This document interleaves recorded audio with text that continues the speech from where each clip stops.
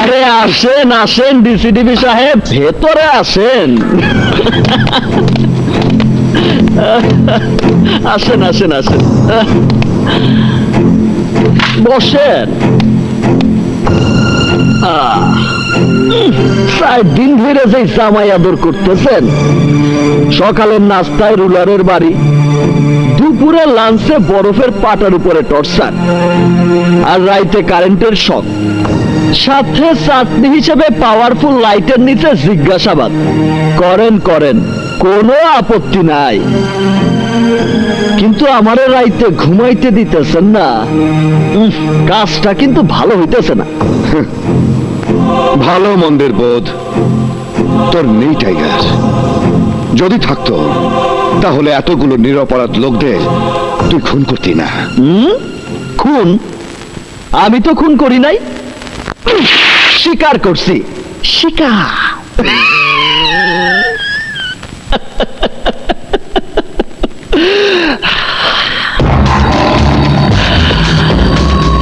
কারণ কি জানোস না? আমি মানুষ না, আমি জানোয়ার, হিংস্র জানোয়ার।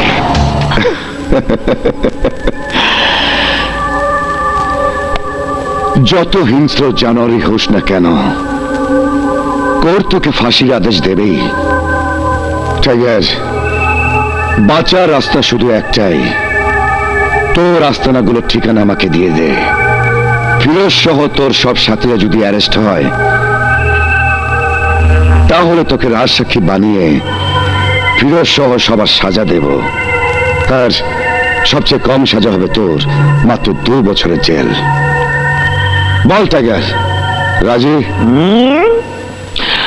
সেই সাথে আইস থেকে আমার জন্য গদির বিছানা, এসি রুম, আর প্রতি রাতে একটা করে ফরেন মালের বোতল। রাজি? হারামজাদা, তোর শ্বশুর বাড়ি নাকি? পারভেজ, কোয়াইট। হ্যাঁ টাইগার, আমি রাজি।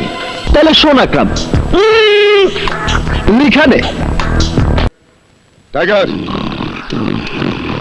এই টাইগার,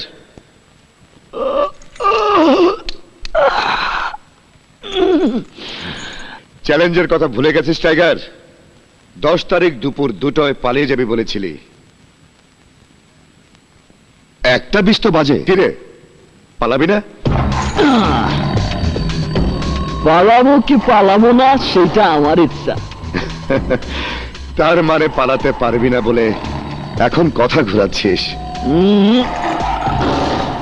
আমারে তুই 6 দিন ঘুমাইতে দেস, তাই 10 তারিখে পালানোর কথা বলে 4 দিন নাক ডাইকে ঘুমায় নিলাম। এই 4 দিন কেউ আমারে ডিস্টার্ব করে নাই। তোরা ছিলি দৌড়ের উপরে, আর আমি ছিলাম আরামে।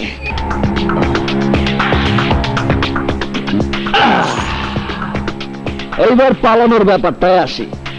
মাত্র তো একটা 20 বাজে, 2টা বাজার মধ্যে অনেক কিছু হইতে পারে। ভূমিকম্পে এই সেল ভাঙা যাইতে পারে, আগ্নেয়গিরি থেকে লাভা বাইরে পৃথিবী ধ্বংস হয়ে যাইতে পারে, আমিও ফুরুত হয়ে যাইতে পারি।